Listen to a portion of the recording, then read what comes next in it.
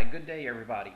One of the more common requests I get as I teach people who are new to computers, people who are just wanting to learn to use email, is how do I make an attachment?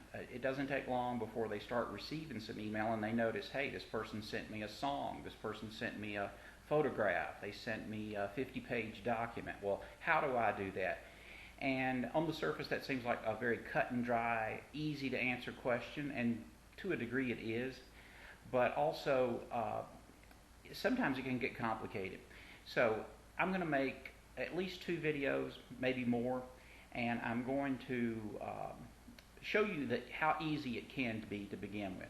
Alright, so if you're going to make an attachment, first thing that I do in my mind, and I've gotten to where I do it without even thinking about it. Alright, I know I'm going to make an attachment. I'm going to attach a photograph, and I've got the name in my mind, and I pretty well know where that photograph is in my computer. So that's step number 1. I've got to know where is the thing that I want to attach. Okay, I've got a bead on it in my brain. I know where it is. Next, I open up my email program, and in my case, it's Gmail. I have to click the Compose button, and so now I have a new blank document, and then I type in the email address of the person that I want to send the email address or send the email to. Subject, I'm just going to call it pick. You can put anything in there. Of course, subject is optional. Next, attach a file. On some people's email program, you may see a paperclip, but there's going to be some text or a symbol that has something to do about attaching a file. And like I say, sometimes you see a paperclip and you actually click on the paperclip. By the way, this is not a paperclip. You see that's link. I won't go into what that is, but that's not a paperclip. Alright, so we're going to click on attach a file.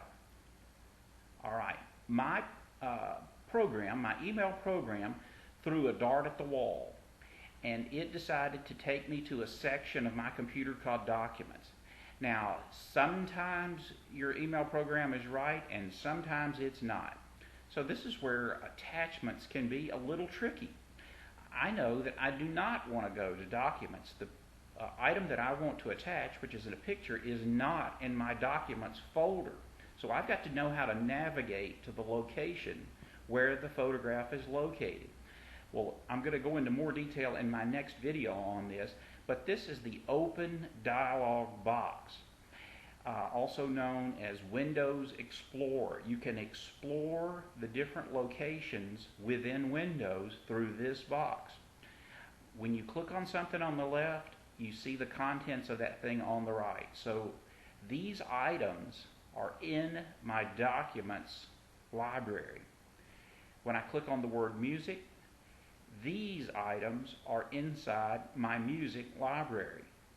When I click on the word Pictures, you see a selection of pictures that are inside my Pictures library.